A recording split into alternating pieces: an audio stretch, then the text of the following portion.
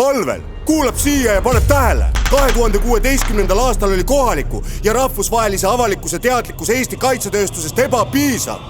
Mida siis teeb? Kasutab integreeritud kommunikatsioonilahendusi nii Eestis kui rahvusvaheliselt ja tõstab seeläbi nähtavust ja teadlikkust Eesti kaitsetööstusest. Vehib kõvasti artikleid kirjutada ja kaasab meedia, aga loob ja aktiveerib ka Eesti kaitse- ja julgeolekutööstuse innovatsiooniklastri jaoks sotsiaalmeediakanalid ja töötab välja lahendusi, mis kõnetaks otsustajaid.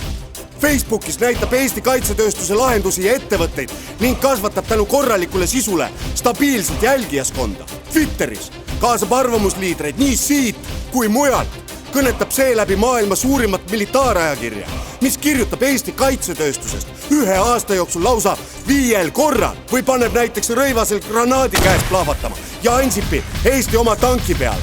Veel korraldab S-Defense'i rännäituse, mida on seni külastanud enam kui 30 erinevast rahvusest kaitsetööstussektori otsustajad ja otsustusprotsesside mõjutajad kokku üle 1000 inimese.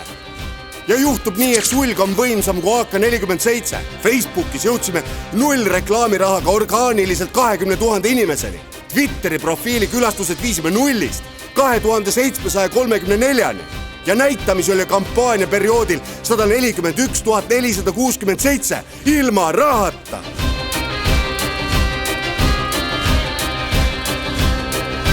Ja isegi Kaitseväe juhataja Terras tunnistas viimases aastapäeva kõnes. Eesti kaitsetööstus on üha tugevam ja nähtavam.